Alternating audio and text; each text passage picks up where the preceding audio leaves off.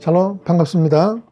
하나님으로부터 온전하라는 경고를 들은 솔로몬이 그동안 성전과 왕궁을 짓는 일에 물심양면으로 도와준 두로왕 히람에게 보상을 합니다. 열왕기상 9장 10절과 11절 말씀입니다. 솔로몬이 두 집 곧 여호와의 성전과 왕궁을 20년 만에 건축하기를 마치고 갈릴리 땅의 성읍 20곳을 히람에게 주었으니 이는 두로왕 히람이 솔로몬에게 그 온갖 소원대로 백항목과 잣나무와 금을 제공하였습니다. 갈릴리에 있는 성읍 20군데를 줬는데 솔로몬이 이렇게 한 이유는 두로로부터 백항목과 잣나무와 금을 드렸기 때문이라고 그랬죠. 원래 계약은요, 이런 것들을 제공하는 조건으로 밀과 기름을 제공하기로 했죠. 그런데 그 정도로는 도저히 해결할 수 없을 만큼 백항목과 금을 드려왔기 때문에 이 지불이 이제 바뀌게 된 거예요. 근데 이제 그렇게 된 이유는 솔로몬이 너무나 많은 건축을 했기 때문이죠. 열왕기상 9장 19절 보시면요.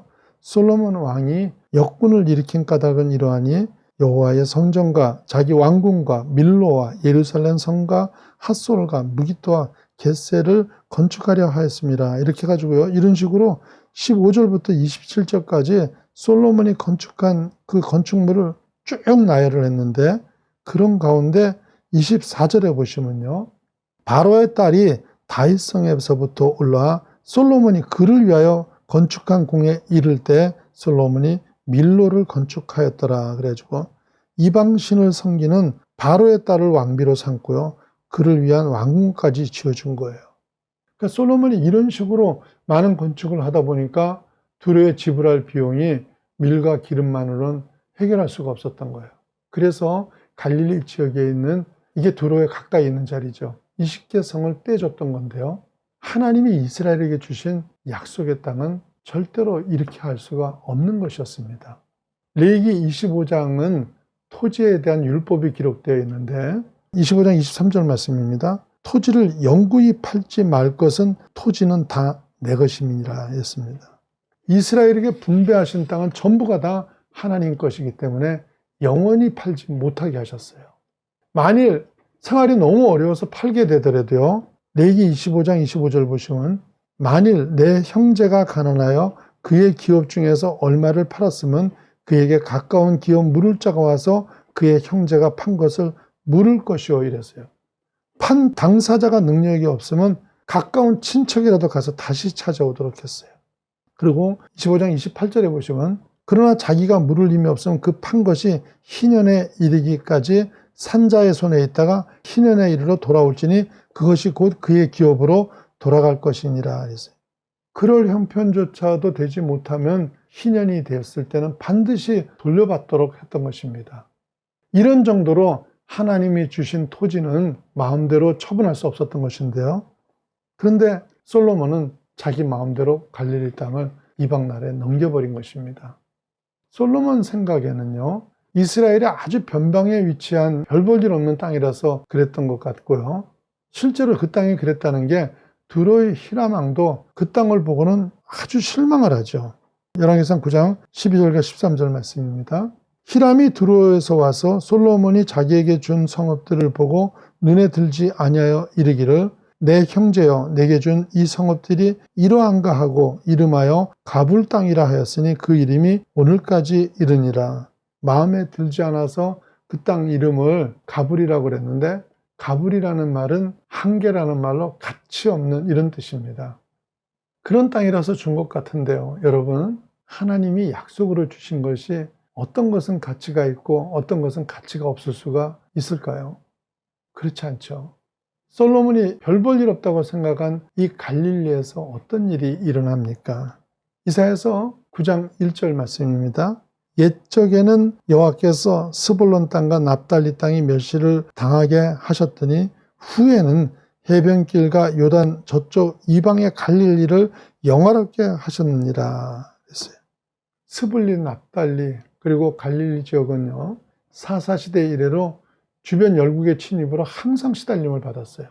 그리고 이방 나라하고 국경이 가까웠기 때문에 혼혈 인종이 많이 생겨버렸습니다. 그래서 유대인들로부터 멸시를 받았던 지역이에요. 그런데 하나님께서는 그런 갈릴리를 영화롭게 하셔서 거기서 예수님의 첫 이적 역사가 그곳에서부터 시작을 하도록 하십니다.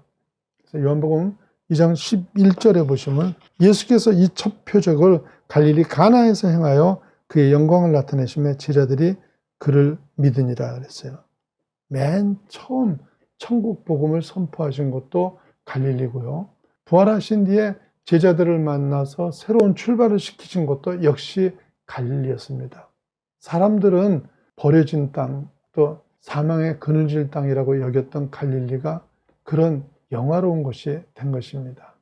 그런데 세상에서 가장 지혜로운 솔로몬이 이렇게까지 무리한 일을 한 이유가 뭐예요? 하나님 명령 모르질 않았을 거 아니에요. 이유가 뭐겠습니까? 자기 것을 지키기 위해서죠. 나라가 됐던 개인이 됐던 자신이 누리고 있던 것들을 지키기 위해서 이방 나라와 정략 결혼을 하고 많은 성을 쌓고 하나님의 땅까지 줘가면서 자기가 지키려고 했던 거예요. 그런데 그게 지켜집니까? 솔로몬이 그처럼 많은 수고와 비용을 들여서 대비를 하고 하나님 명령까지 어겨가면서 주변과의 관계를 지켜보려고 했지만 그의 나라는 아들 때 바로 남북 이스라엘로 두동강이 나버리고 말지 않습니까? 인생은요, 우리가 지키겠다고 지켜지는 게 아닙니다. 우리의 것을 지키기 위해서 적당히 세상과 타협도 하고 하나님을 외면하기도 하면요, 하나님의 우리의 모든 것들을 흔들어 버리십니다. 사랑하는 여러분요, 하나님이 여러분의 인생을 흔들고 계십니까? 그렇다면 이유가 뭡니까? 버릴 것은 버리고 영원히 남아야 있을 것을 남게 하기 위한 것입니다. 그런데 많은 사람들이 하나님이 흔들고 계신 것이 흔들리지 않게 하기 위해서 죽을 힘을 다해서 버티고 삽니다. 그래서 인생이 힘든 거예요. 사랑하는 여러분은 내 것을 지키기 위해서 죽을 힘을 다해서 버티고 사는 인생이 아니라 하나님이 흔드실 때 버릴 걸 버리고 영원히 남을 것을 붙들고 가는 지혜로운 자녀들 되시기를 예수님 이름으로 축원합니다.